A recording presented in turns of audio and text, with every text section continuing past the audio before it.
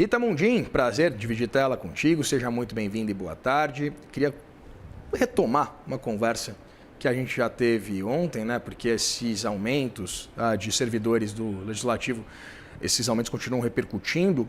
Queria entender, Rita, fora a questão moral, é evidente, né? A gente tem uma perspectiva também de um impacto fiscal. Conversávamos mais cedo, inclusive, com o Felipe Salto, que teme esse impacto também para os governos estaduais e municipais, repetindo as boas práticas que a gente vê no Congresso.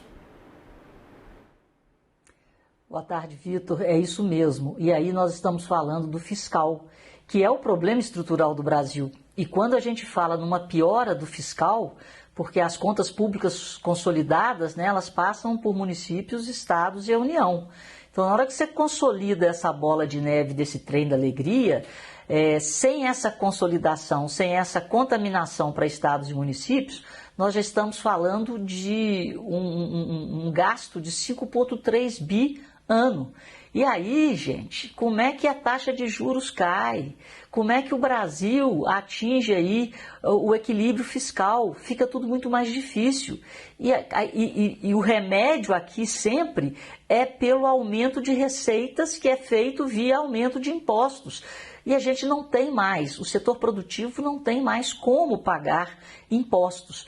Então, o próprio governo vai complicando a nossa vida, né? Porque o país é nosso.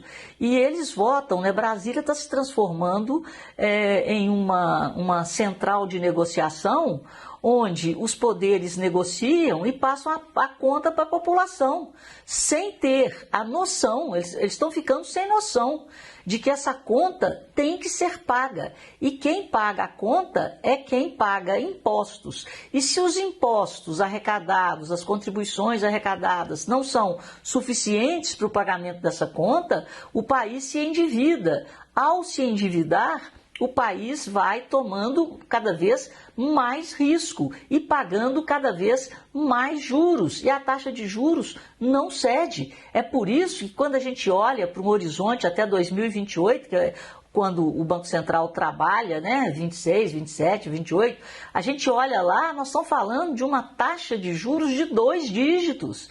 Ninguém aguenta.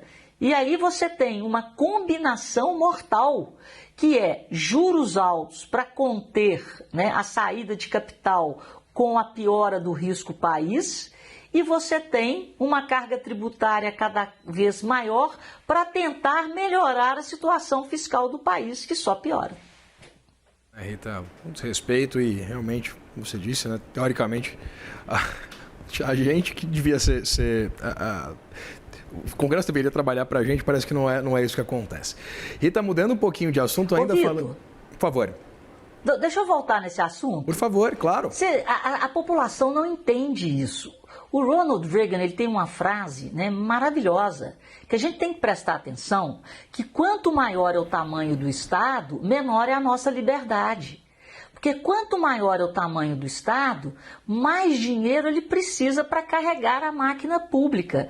E as pessoas não entendem que esse dinheiro é proveniente do salário, do ganho do empresário através dos impostos. Quando você para pensar, olha o impostômetro que está aí em São Paulo, quando você vê que você trabalha praticamente de 5 a 6 meses do ano para pagar impostos, nós já estamos nos transformando em funcionários públicos. Então nós não trabalhamos mais para nós, para fazer os nossos programas, os nossos investimentos em educação. Nós estamos trabalhando para o Estado.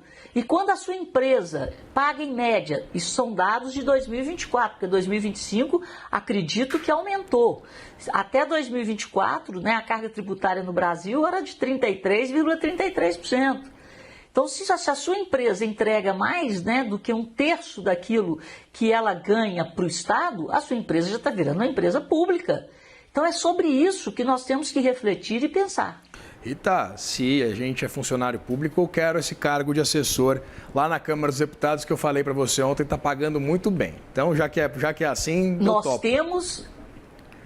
Nós temos o ônus, o bônus é só para eles.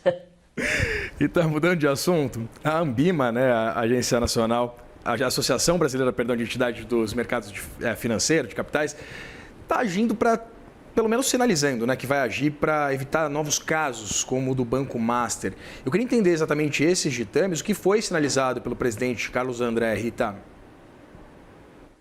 Olha, eles estão focando em 3 pilares. O primeiro pilar é que o investidor entenda o que é um produto financeiro na sua concepção. Então, quando você adquire um produto financeiro, a primeira coisa que você tem que saber é quem emitiu, porque o emissor é que vai ditar a qualidade e a liquidez daquele produto. Quanto melhor o emissor, melhor é a garantia que você vai receber. Além do emissor, eles querem que o investidor passe a entender, né, a taxa de retorno. Se o retorno prometido é muito alto, é porque o risco também é alto. Porque quando você toma algum dinheiro emprestado, você quer pagar a menor taxa possível. Se você paga uma taxa alta, é porque seu risco é alto.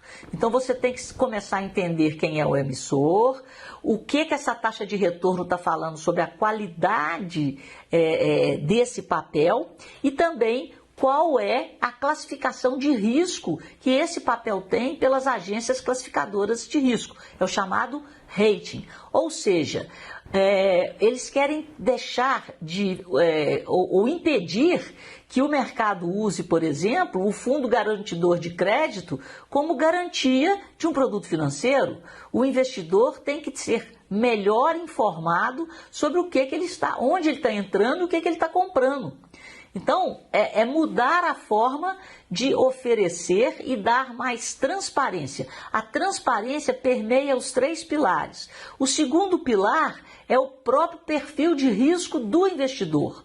Porque, por exemplo, antes desse escândalo do Master, você ia comprar um papel, que era um CDB, que estava pagando uma taxa altíssima, mas ninguém falava nada, só falava assim, não, você pode comprar porque você tem uma garantia de 250 mil por CPF e por instituição financeira. Então, eles querem acabar com isso como estratégia de marketing de um produto. Você tem que comprar um produto porque o emissor é bom, porque a taxa de retorno ela é coerente com a qualidade do emissor, né? Então, é isso que a Anbima quer mudar.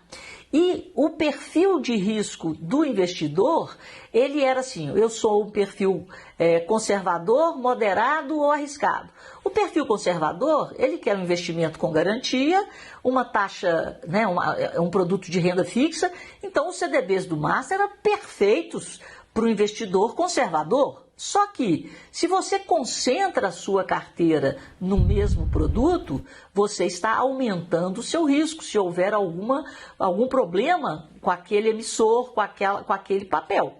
Então, isso é o segundo ponto, é a concentração da carteira como fator de risco. E o terceiro ponto, que é muito importante, quase ninguém olha, Vitor.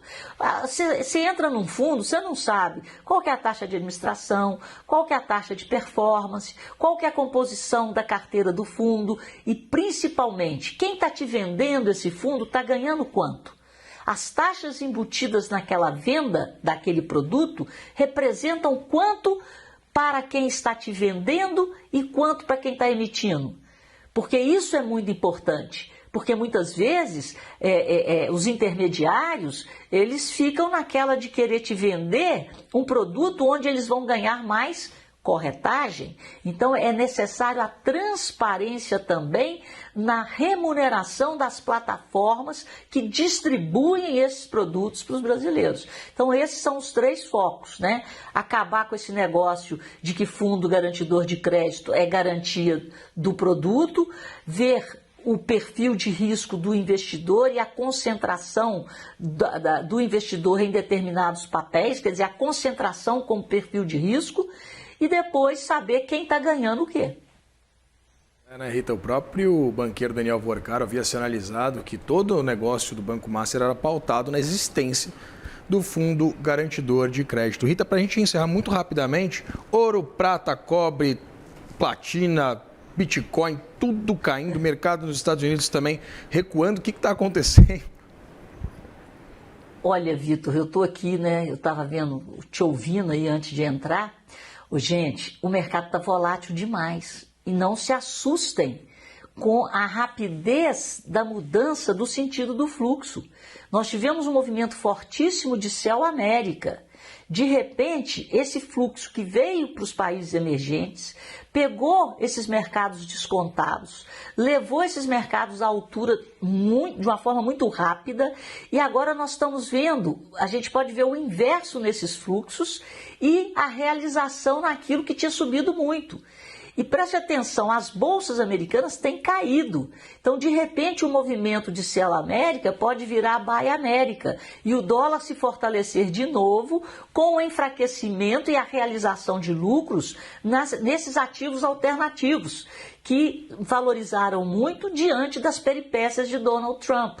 O Trump fez muita confusão com o Banco Central, com o pessoal lá dos Estados Unidos, com a agência que calculava a taxa de desemprego. Então, o dólar foi perdendo valor como reserva de valor. Aí o povo foi para o ouro, foi para o Bitcoin, foi para a prata, e agora nós estamos vendo uma realização nesses ativos, uma valorização dos mercados emergentes em detrimento das bolsas americanas, mas o fluxo pode inverter se o Trump conseguir de novo recuperar essa imagem, essa valorização do dólar.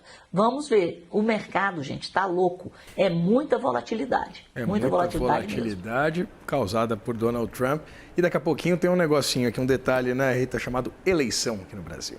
Muito obrigado, Rita Mundin. Sempre um prazer dividir tela com você. Tchau. Até mais.